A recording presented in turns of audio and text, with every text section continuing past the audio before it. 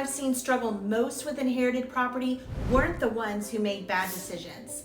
They were the ones who kept putting off making any decision at all. And that distinction matters more than most people realize. Because doing nothing feels safe when everything feels overwhelming. It feels like you're buying yourself time to think, time to grieve, time to figure out what the right move actually is. And sometimes that's true. A little breathing room is legitimate and necessary. But there's a line between giving yourself space to think clearly and letting the situation quietly drift in a direction nobody chose. And I've watched families cross that line without ever realizing it was happening. Today I want to talk through the biggest mistakes I see with inherited property, not legal theory, not a list of things to be afraid of, just the patterns I watch play out over and over again and why they happen, because understanding them is usually enough to avoid them. The first mistake is assuming that waiting is neutral. I worked with two siblings not long ago who inherited their parents' home. They were close, no real conflicts between them. They just weren't ready to deal with it yet, and honestly, that is completely understandable. So the house sat. They weren't ignoring it exactly, they just kept telling themselves they'd figure it out when the time felt right. But life got busy, months passed, and then more months. Nobody was visiting the property regularly. Maintenance that needed attention got deferred because it was easier to deal with later. Small things started adding up quietly in the background. And then they discovered the pest problem. An attic infestation that had gone completely undetected because nobody had been in that part of the house in a long time. By the time it was found, the damage was significant, expensive. What would have been a minor issue caught early became a major repair bill that came directly out of what the family eventually walked away with. And here's the thing, none of that happened because anyone made a bad decision. It happened because nobody made a decision at all. And the house just kept existing in the background while life went on around it. That's what I mean when I say waiting isn't neutral. Property taxes still come due, and this catches a lot of families off guard. When the county records the death, homestead exemptions typically fall off, including over 65 exemptions and other reductions, keeping the tax bill manageable. So that next bill that arrives can be significantly more than the family was expecting. Insurance still has to be paid, maintenance doesn't pause, and vacant homes carry risks that occupied ones don't. Things that can go undetected for months because nobody's there to notice them. The house doesn't wait while the family figures things out. It just keeps running a tap. The second mistake is assuming everyone wants the same thing. Families will say, we all get along, and most of the time they genuinely do.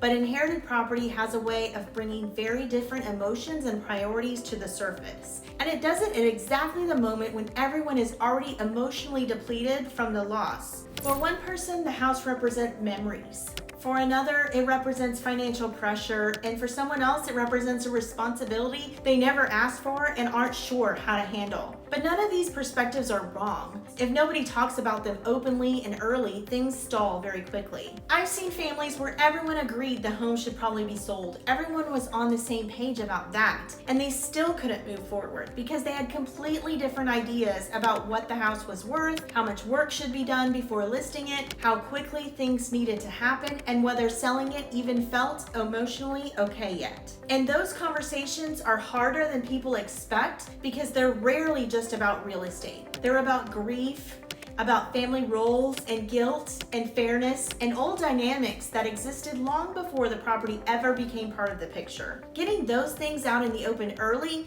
before positions get entrenched and before carrying costs have been building for months, changes everything about how the process goes. The third mistake is making major decisions from a place of pressure instead of clarity. Once probate is filed, that information becomes public record, which means families often start receiving calls, texts, and letters from people offering to buy the property quickly, often for cash. And sometimes a faster sale genuinely is the right answer for a family situation, but those offers tend to arrive at exactly the wrong moment, when people are exhausted, overwhelmed, and just want it to be over. And in that state, the first solution that feels like relief is really hard to say no to, even if it's not the best outcome available. Before accepting any offer or making a major decision, it's worth understanding what the home is actually worth in current condition, what repairs would realistically cost versus what they'd return, and what the tax implications might look like given how ownership was transferred. Because decisions made from exhaustion and pressure are the ones people tend to look back on wishing they'd slowed down just a little first. And then there's the mistake that sits underneath all the others. Treating the house like it's just a house, because usually it isn't. It's a lifetime of memories attached to a physical space. It's the place where someone's life happened, and sometimes people feel almost embarrassed by how emotional the decisions become because they think they should be able to approach it logically. But inherited homes are rarely just logical. That's why these situations feel so much heavier than people expect. The decisions are practical and emotional at the exact same time. And once families understand that about themselves and about each other, a lot of things start making more sense. The goal isn't to remove the emotion from the process, it's to make sure the emotion isn't the only thing driving it.